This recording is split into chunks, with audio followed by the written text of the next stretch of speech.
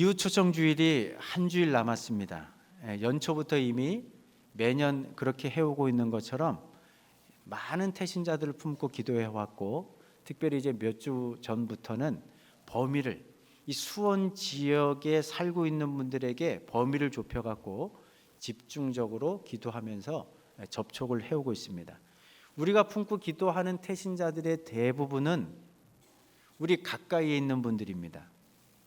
우리 부모, 형제, 또 친척들, 또 직장 동료들, 또 내 옆집에 살고 있는 이웃들, 어찌 보면 우리와 가까운 분들이기 때문에 생판 모르는 분들을 접촉하는 것보다는 그래도 초대하고 교회로 좀 이렇게 이끌기가 훨씬 수월할 것이라고 생각들을 하지만, 막상 그분들을 만나서 접촉해 보면 이런 마음이 싹 온데간데 없이 사라질 만큼, 또 입도 뻥끗하지 못하고 그냥 돌아서는 그런 상황들이 얼마든지 우리 가운데 펼쳐지게 됩니다. 왜 그러냐면 그 사람과 나와의 관계를 생각하면 나를 이렇게 함부로 대할 수 있는 사이가 아니에요.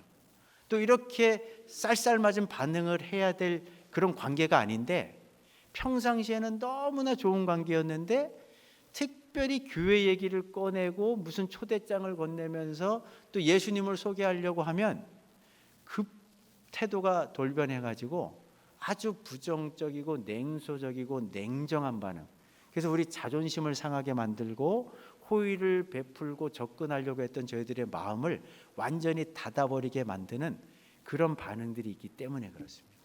이건 가까운 분들을 만나볼 때도 마찬가지지만, 우리가 노방전도, 지구전도대가 이렇게 전도하러 다녀보면 어느 가게에 들어가 보면요, 너무나 쌀쌀맞게 빨리 나가 주십시오 하는 이런 태도로 그냥 퉁명스럽게 말을 건네는 그런 분들, 그렇게라도 말을 건네면 감사해요.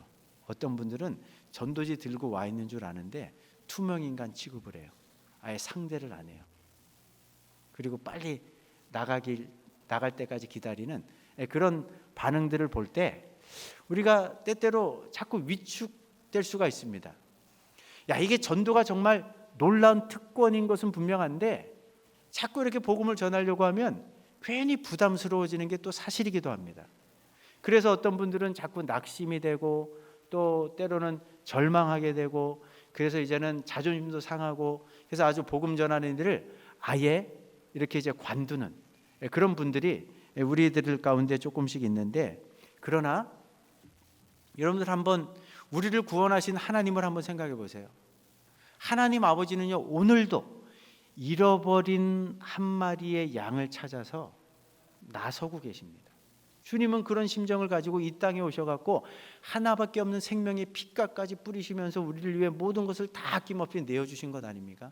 그 주님이 하늘로 올라가시면서 잃어버린 영혼들을 찾는 이 전도, 이 가장 소중한 사명을 누구에게 맡겨주셨냐면 바로 저와 여러분들에게 맡겨주신 줄로 믿으시기 바랍니다. 그래서 오늘은 이 본문의 말씀을 가지고 이제 이웃 초청주의를 한 주 앞둔 이 상황 속에서 우리가 마지막까지 포기하지 않고 끝까지 최선을 다하면서 우리가 어떤 마음을 가지고 어떻게 한 번 더 접촉하고 만나고 초대해야 되겠는지, 오늘 이 아침 우리에게 주시는 하늘의 음성을 들을 수 있는 복된 시간 될 수 있기를 주의 이름으로 축복합니다. 오늘 본문을 보면 먼저 우리가 품고 기도하는 태신자들 혹은 또 우리가 초청해야 되는 전도 대상자들을 향해 가져야 될 마음, 가장 중요한 마음은 뭐냐면 주님의 마음입니다. 오늘 본문을 보면은 강도를 만난 그 노상 강도를 만나갖고 피 흘려 한 사람이 쓰러져 죽어가고 있는데, 그 사고 현장에 세 사람이 나타납니다. 한 사람은 제사장, 레위인, 또 사마리아 사람. 우연히 길을 가다가 사고 현장을 목격하게 됐는데 서로의 반응들은 달랐습니다. 제사장과 레위인은 피해서 돌아갔다라고 이야기합니다. 이걸 헬라어 원문으로 직역을 해보면 의도적으로 반대편으로 길을 피해서 갔다는 거예요. 괜한 일에 연루되고 싶지 않았는지, 아니면 뭐 급하고 중요한 용무가 있었는지, 아니면 또 예루살렘에서 이제 여리고로 내려가는 길이니까 아마 이제 성전에서 봉사를 다 하고 나서 심신이 지쳐 있었기 때문인지 모르겠지만, 어쨌든 제사장과 레위인은 아주 냉정하게 못 본 채 하고 돌아섰습니다. 사마리아 사람은 그런데 좀 달랐어요. 발걸음을 멈췄는데 그 멈추면서 어떤 마음을 갖게 됐는지 오늘 33절 말씀 같이 한번 읽어보실까요? 어떤 사마리아 사람은 여행하는 중 거기 이르러 그를 보고 어떻게 했다고 말합니까? 불쌍히 여겼다. 사마리아 사람의 발걸음을 멈추게 만든 것은 그 강도를 만나 피 흘려 쓰러져 죽어가는 그 사람을 향한 불쌍히 여기는 마음, 이 마음이 사마리아 사람의 발걸음을 멈추게 만든 거예요. 근데 불쌍히 여겼다는 이 단어는요, 신약 성경 전체를 통틀어 갖고 총 12번밖에 등장하지 않는 단어인데 오늘 이 본문을 제외하고는 나머지 11번은 다 어떤 경우에 사용되냐 하면 이 땅에 오신 예수님이 다양한 인생의 문제로, 어떤 분은 질병의 문제로, 귀신 들린 영적인 문제로, 또 다양한 인생사 속에 고통 가운데 신음하고 좌절 가운데 절망의 늪에 빠져있는 그 인생들을 바라보시는 주님의 마음, 그런 사람들을 만날 때마다 주님은 불쌍히 여기시고 궁일이 여겨주셨는데 이런 주님의 마음을 표현할 때 이 단어가 사용이 됩니다. 그러니까 오늘 본문에서 사마리아 사람이 품고 있는 이 마음은 예수님의 마음인데 조금 더 이 마음의 근원을 찾아 올라가 보면 예수님의 마음이기 이전에 길 잃고 방황하는 인생들을 바라보시는 하늘 아버지의 마음이라는 것을 알 수가 있습니다. 구약 성경을 보면요, 하나님의 성품 가운데 아주 중요한 특징적인 성품 한 가지를 헤세드라는 단어를 통해서 표현하고 있는데 이 단어가 우리말 성경으로 번역될 때는 어떤 곳에서는 사랑으로, 또 다른 곳에서는 은혜로, 또 다른 곳에서는 자비, 긍휼, 인자, 인애, 다양한 단어로 번역이 되고 있지만 하나님의 마음을 그대로 보여주는 단어입니다. 예수님께서 탕자의 비유를 통해서 이 땅에 하나님의 품을 뛰쳐나가고 길 잃고 방황하는 인생들을 바라보시는 아버지의 마음이, 이 헷세대의 마음이 어떤 마음인지를 우리에게 아주 잘 설명해 주고 있지 않습니까? 어느 집안의 아버지의 둘째 아들이 아주 당돌하게 자기 몫의 재산, 유산을 챙겨가지고 아버지 품을 뛰쳐나갔습니다. 저 먼 곳으로 가가지고 허랑방탕하게 인생의 쾌락을 즐기며 살다 보니까 갖고 나간 재산 다 탕진하고 이제는 먹을 것이 없어가고 굶어 죽게 생겼어요. 그래서 염치불구하고 다시 아버지 집으로 돌아가겠다 결심하고 돌아섭니다. 근데 둘째 아들이 집을 뛰쳐나가고 난 다음에 아버지는 단 한 번도 집을 뛰쳐나간 아들을 잊어본 적이 없어요. 그래서 그때 이후로는 계속 해가 뉘엿뉘엿 질 때가 되면은 그 마을 한 어귀에 나가가지고 혹시 집을 뛰쳐나간 내 아들이 오늘은 돌아오지 않을까, 그런 기대를 가지고 날마다 나가봅니다. 그러던 어느 날 그토록 꿈속에도 그렸던 그 아들이 아주 남루한 행색을 하고 거지 신세가 돼가지고 돌아오는 모습을 저 멀찍이 보게 되는 거예요. 그럴 때 아버지가 어떤 반응을 보입니까? 누가복음 15장 20절 말씀 같이 한번 읽어보실까요? 아직도 거리가 먼데 아버지가 그를 보고 어떻게 했습니까? 측은히 여겨 달려가 목을 안고 입을 맞췄다. 이게 잃어버린 영혼들을 향하시는 아버지의 마음이에요. 측은히 여겼다는 게 불쌍히 여겼다는 거예요. 하나님의 마음, 헷세대의 마음을 지금 이야기하고 있는 겁니다. 이 아버지는요, 과거를 묻지 않아요. 과거의 잘못을 따지려고 하지 않아요.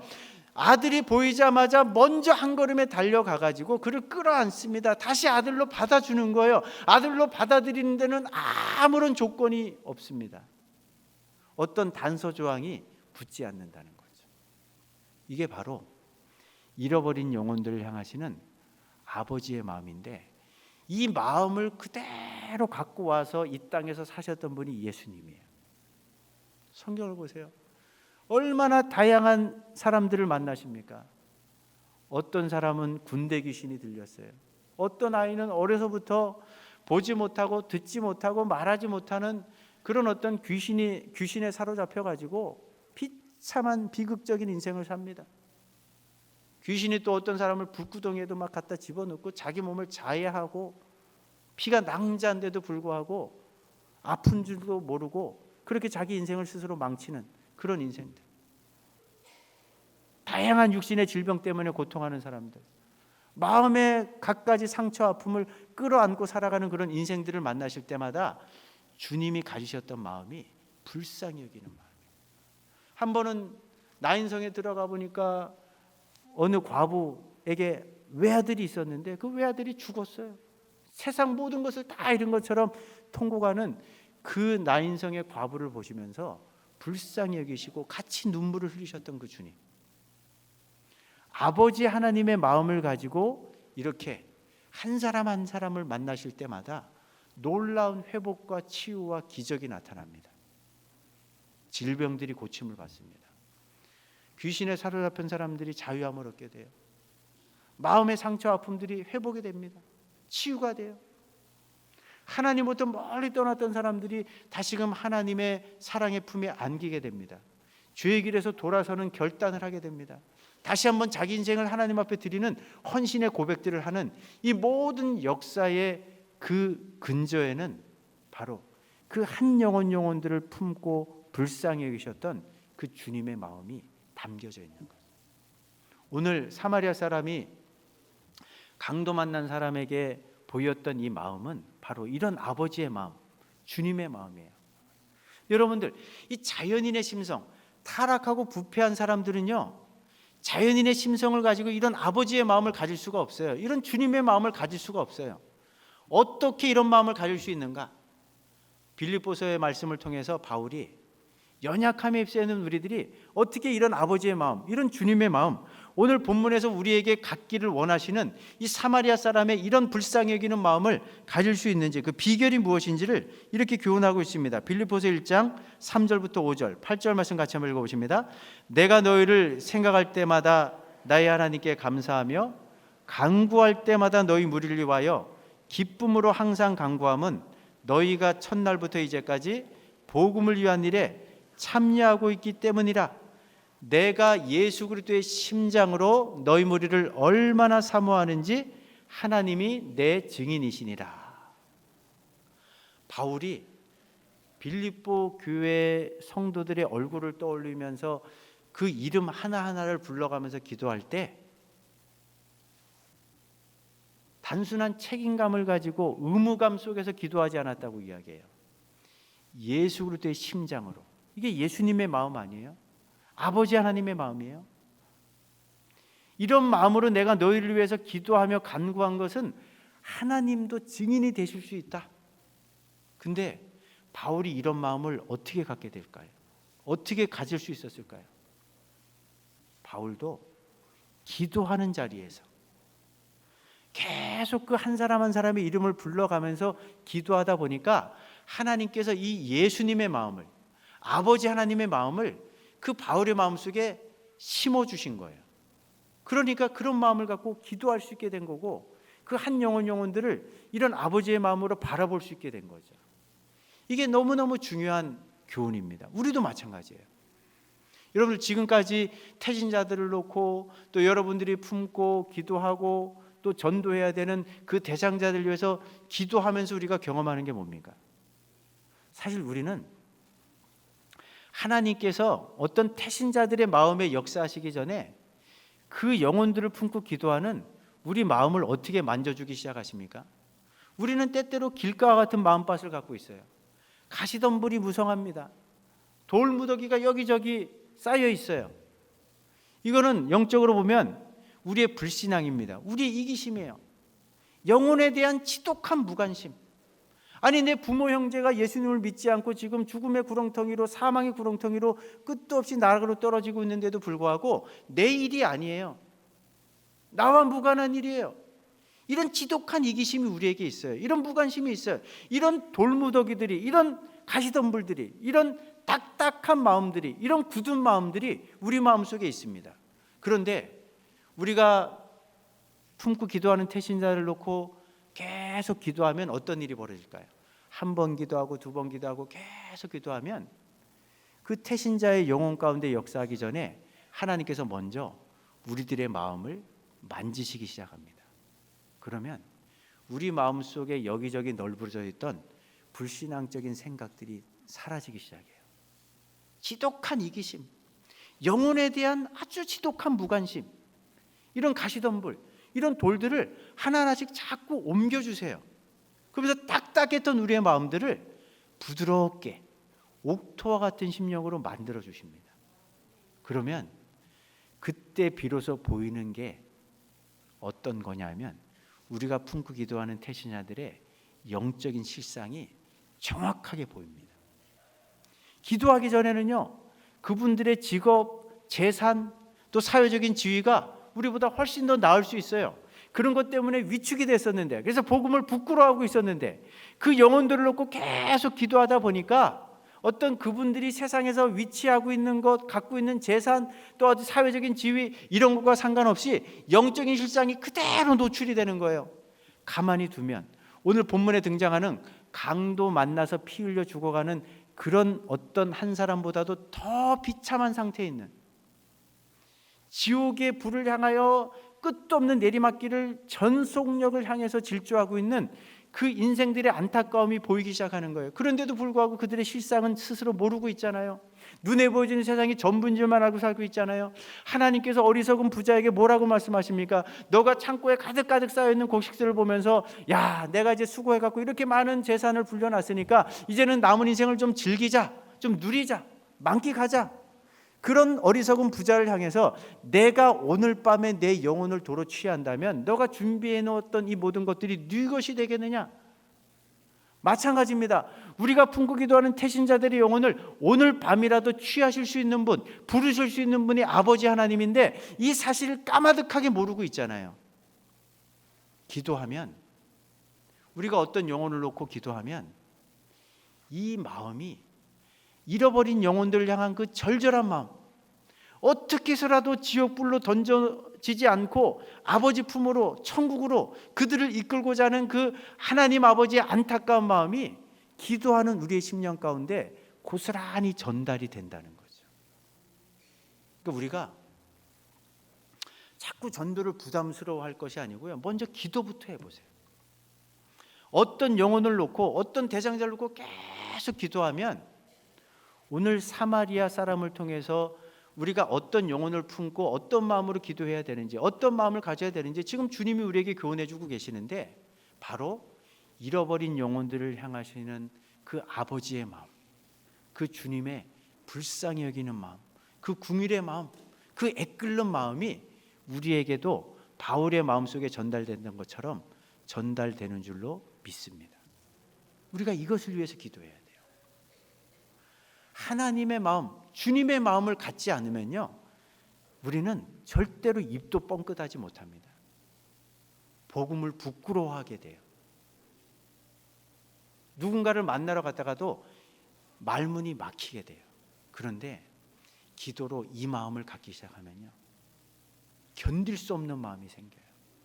사모하는 마음이 생겨요. 주님의 마음, 그 애끓는 마음을 가지고 그 영혼을 바라보게 되는 거죠. 이웃초청주일이 한 주밖에 남지 않았습니다. 여러분들이 누군가를 품고 그 얼굴을 떠올리고 누군가 이름을 불러가면서 기도하고 있다면, 지금까지 기도해 오셨다면, 다시 한번 내 마음속에 잃어버린 영혼들을 향하시는 이 아버지의 마음, 이 주님의 마음이 있는지를 점검해 보시면서 하나님, 다른 그 무엇보다도 먼저 한 영혼을 바라보는 이 주님의 마음, 그 아버지의 마음을 나에게도 주십시오. 이 마음으로 내 마음을 가득 채워주십시오. 이것이 오늘 예배하는 여러분들의 간절한 기도의 제목이 될 수 있기를 주의 이름으로 축복합니다. 우리가 또 하나 점검해야 될 부분은 뭐냐면, 오늘 본문을 보면 사마리아 사람이 강도를 만나 피 흘려 죽어가는 그 사람을 향해서 불쌍히 여기는 마음을 가진, 여기에서 머물지 않습니다. 오늘 본문을 보면 구체적으로 어떤 행동을 하는지 우리 34절 말씀 같이 한번 읽어보실까요? 가까이 가서 기름과 포도주를 그 상처에 붓고 싸매고 자기 짐승에 태워 주막으로 데리고 가서 돌보아 주니라. 끝까지 포기하지 않고 자기가 할 수 있는 최선의 노력들을 이렇게 구체적인 행동으로 표시하는 것을 볼 수가 있어요. 여기 6개 동사가 동장하잖아요. 가고, 자신이 갖고 있는 포도주와 기름을 붓고, 상처를 싸매주고, 나귀에 태워서 숙소로 데려가서 하루 온종일 응급처치를 하면서 돌봐주는 이런 행동. 근데 여기까지만 보면 사실은 이건 누구라도 할 수 있는 것 같아요. 아니 당장 길 가다가 모르는 사람이지만 누군가 쓰러져 있으면 누구라도 내가 응급처치를 배웠다면 심폐소생술도 하고 119 전화 걸어가지고 응급구조대원들이 올 때까지 기다려주는 이 정도 행동은 다 할 수 있죠. 그런데 사마리아 사람의 행동은 요 정도에서 머물지 않습니다. 보통 사람 같으면 요 정도까지 하고 나면 내가 할 일 다 했다고 이제 돌아설 거예요.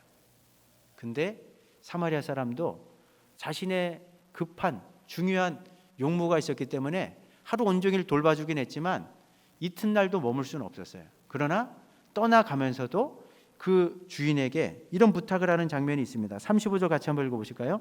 그 이튿날 그가 주막 주인에게 데나리온 2를 내어주며 이르되 이 사람을 돌보아 주라.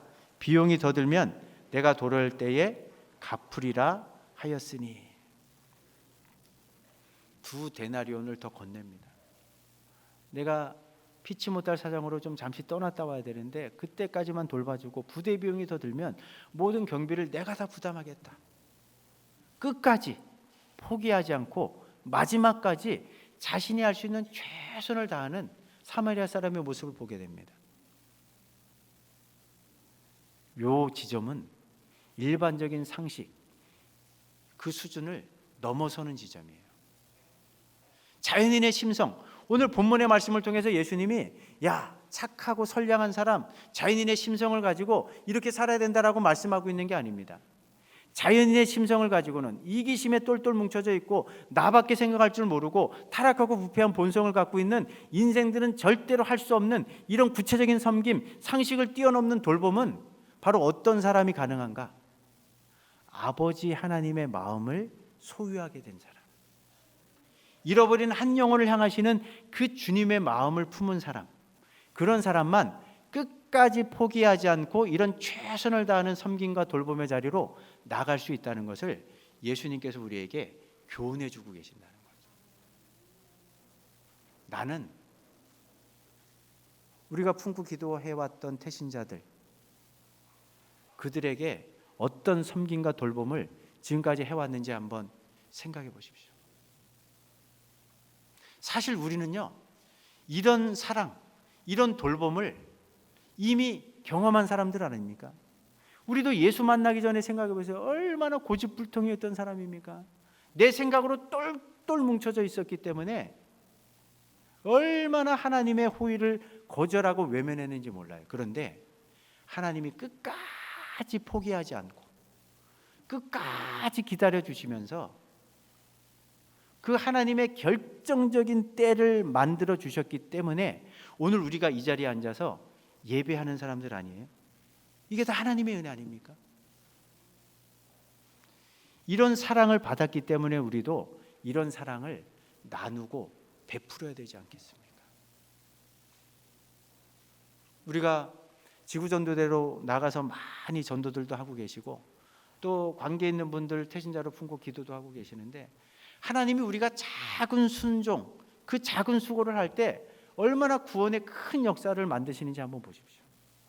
우리 지구전도대가 매주 나가서 전도하고 있는데 최근에도 저희 집사람도 나가서 어떤 분의 이름을 적어왔어요. 남자분이었기 때문에 제가 같이 가정을 찾아가 보니까 하나님이요, 우리는 그냥 작은 일에 순종한 것뿐인데 얼마나 한 분 한 분을 주님께 인도하기 위해서 하나님이 얼마나 많은 일들을 행하셨는지 몰라요. 제가 가서 이런저런 얘기를 나누다 보니까 이분의 조카가 저 멀리 외국에 살고 있어요. 그런데 이분을 위해서 얼마나 오랫동안 기도해 왔는지 몰라요. 그리고 그 조카한테 다녀오는 그 길에 조카가 이분에게 성경까지 건네준 게 이 집에 있더라고요. 지금 저희 교회 나오고 계십니다. 여기 앉아 계세요. 제가 몇 번 만났습니다. 이번 주에도 한 번 더 식사의 자리를 이제 가지려고 하는데 보세요. 우리는 믿음으로 순종하는 것뿐이에요. 그러면 우리의 작은 수고를 통해서도요, 어떤 분은 그분을 위해서 오랫동안 기도하셨던 분이 계세요. 그러니까 하나님은 어떤 수고를 통해서 일하시고 역사하실지 모르지만 그 모든 수고들을 다 합력해 가지고 하나님의 결정적인 때에 결국은 구원의 자리로, 영생의 자리로 이끄시는 분이 우리가 믿는 하나님이십니다. 우리는 오늘 본문에 등장하는 사마리아 사람처럼 우리가 할 수 있는 최선의 수고, 끝까지 포기하지 않는 이 수고를 하는 것뿐입니다. 이웃 초청주일이 한 주밖에 남지 않았습니다. 이번 한 주 동안 한 번 더 주님의 마음을 품고 아버지 하나님의 마음으로 그분들의 얼굴을 떠올리고 그분들의 이름을 불러가면서 간절히 기도해 주시기 바랍니다. 그리고 한 번 더 찾아가 보세요. 한 번 더 접촉해 보세요. 한 번 더 만나 보십시오. 끝까지 포기하지 않고 최선을 다하는 이 작은 수고를 아끼지 않고 믿음으로 순종하는 자리로 나갈 때, 이런 수고를 통해서도 하나님은 구원의 큰 기쁨과 즐거움을 우리에게 허락해 주실 줄로 믿습니다.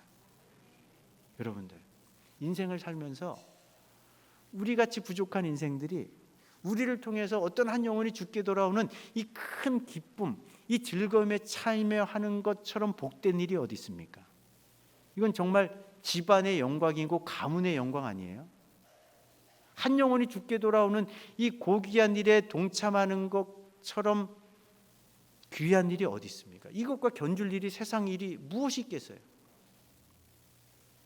바라기는 우리 창원대교의 모든 성도님들이 지금까지도 수고하고 나름대로 지금까지도 교제의 끈을 놓치지 않고 마지막까지 수고하고 계시겠지만, 이번 한 주 한 번 더 주님의 마음으로 그 영혼들을 품고 기도하며 한 번 더 찾아가고 한 번 더 초대하는 이 작은 수고를 통해서 구원의 큰 역사를 만드시는, 오늘도 우리를 통해 살아 역사하시는 하나님의 놀라운 은총을 목도할 수 있는 우리 창원대교의 모든 성도들 될 수 있기를 주의 이름으로 축복합니다.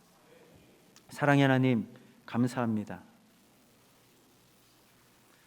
전도가 우리에게 얼마나 놀라운 특권인지 다시 한번 우리 마음속 깊이 새기면서, 우리가 그동안 기도해왔던, 또 접촉해왔던 우리의 VIP들, 그분들을 주님의 마음으로 품고 한 번 더 기도하고 한 번 더 찾아가고 헌면하는 가운데 복음을 들을 수 있는 복된 자리로 다 초대하고, 천하를 주고도 바꿀 수 없는 한 영혼들을 구원하는 그 놀라운 구원의 현장에 우리 모두가 축복의 주인공으로 설 수 있는 그런 은혜들을 허락하여 주시옵소서. 감사하며 예수님 이름으로 기도합니다. 아멘. 우리 다 같이 일어나셔서 헌신송 부르시고 기도와 축도로 예배를 마치겠습니다.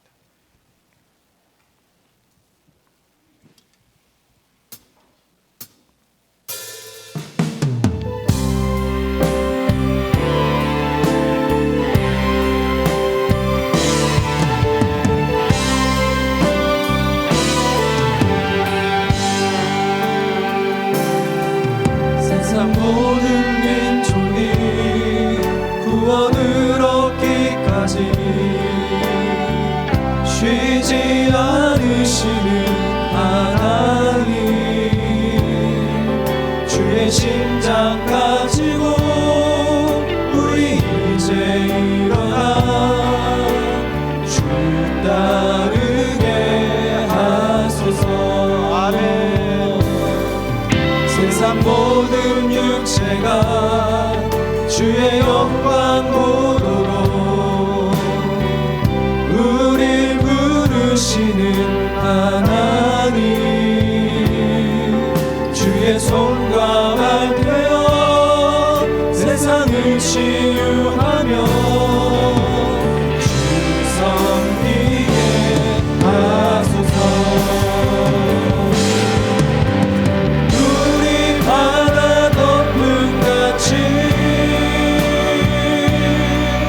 여호와의 영광을 인정하는 것이 온 세상 나를 가리라.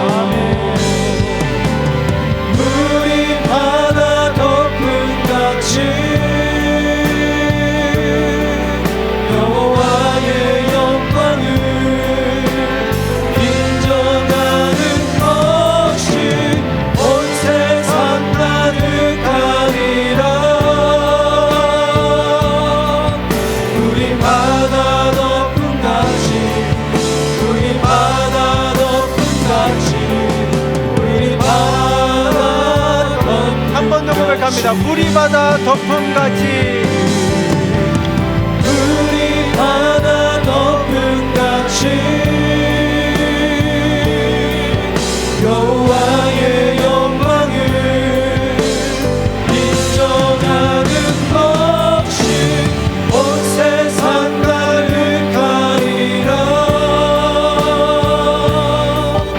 우리 바다 덮음 같이 우리 바다 덮음 같이 우리 바다 덮음 같이. 우리 같이 한번 주신 말씀 붙잡고 기도하길 원합니다. 우리가 품고 기도하는 태신자들은 우리와 너무나 가까운 관계에 있는 분들입니다. 하나님, 이 시간 아버지 하나님의 마음, 그 주님의 마음, 그 마음을 저희들에게도 허락하여 주시옵소서. 이 마음을 가지고 한 번 더 부르짖게 도와주시고 한 번 더 찾아가게 도와주시고 끝까지 포기하지 않는 열심으로 최선을 다할 때 우리의 작은 수고를 통해서도 하나님께서 얼마나 구원의 큰 역사를 오늘도 만들어 가시는지 다음 주 이 자리에서 우리가 함께 목도할 수 있는 은혜를 주십시오. 이 복된 일에 우리 모두가 구경뿐이 아니라 축복의 주인공으로 참여할 수 있도록 이 한 주간 저희들 쓰임받는 삶이 되게 하여 주시옵소서. 전도하는 삶이 되게 하여 주시옵소서.